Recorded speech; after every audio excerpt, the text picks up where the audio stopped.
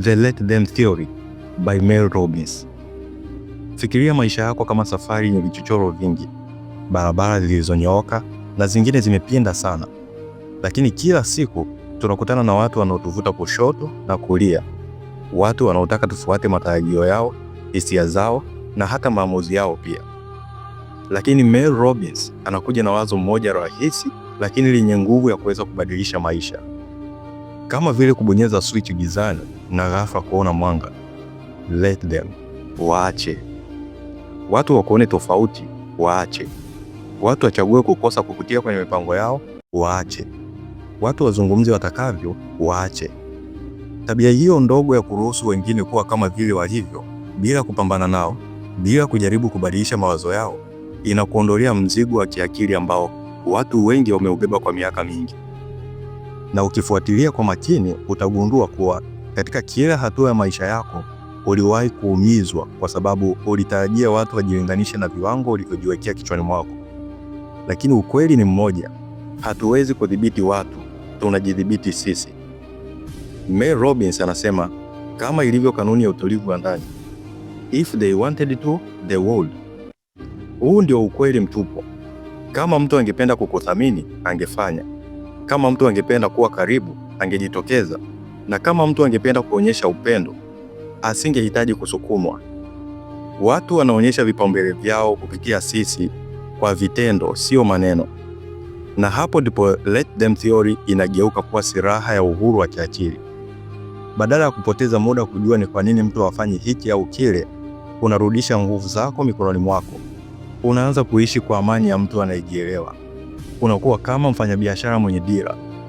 Hutumii siku zako kuwaza ni kwa nini mteja fulani hakununua.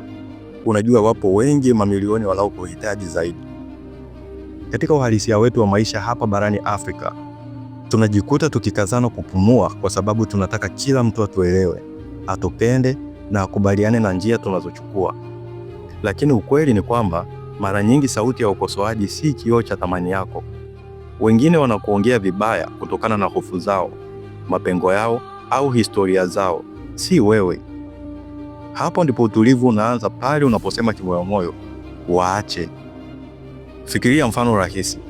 Unaweka mipango na marafiki zako na dakika za mwisho wanakutupa. Badala ya kuumia, kujilaumu au kuhisi haupo kwenye thamani ya kundi, jifunze kutabasamu na kusema waache. Kwa sababu mara nyingi mambo yanayovunjika ni ishara ya nafasi zinazofunguka. Ukiwapa watu uhuru wa kuwa vile walivyo, unajipa uhuru wa kuwa vile unavyotakiwa kuwa.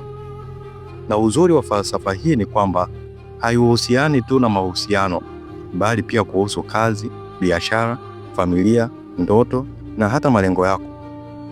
Watu wakisema haiwezekani, waache. Wakikudharau, waache. Wakiondoka maishani mwako, waache. Kwa sababu kila anayekuacha anakuachia nafasi ya kukutana na mtu sahihi zaidi kwa safari yako. Mel Robbins anatufundisha jambo moja la kina. Usifanye vita kwa ajili ya nafasi kwenye maisha ya mtu mwingine. Pambana kwa nafasi kwenye maisha yako mwenyewe. Na unapoweka akili zako hapo, unajikuta ukibadilika. Unakuwa mtulivu, mwenye nguvu, mwenye thamani na mwenye dira. Hapo ndipo maisha yanapoanza kuwa mepesi kuliko ulivyowahi kufikiri. Kwa hiyo, leo unapotoka hapa, chukua wazo moja tu, lakini rahisi na lenye nguvu ya kuweza kubadilisha mwaka wako mzima. Waache wafanye wanavyotaka na wewe fanya kile kinachokujenga. Hapo ndipo amani, uhuru na ukuaji wa kweli vinapoanza.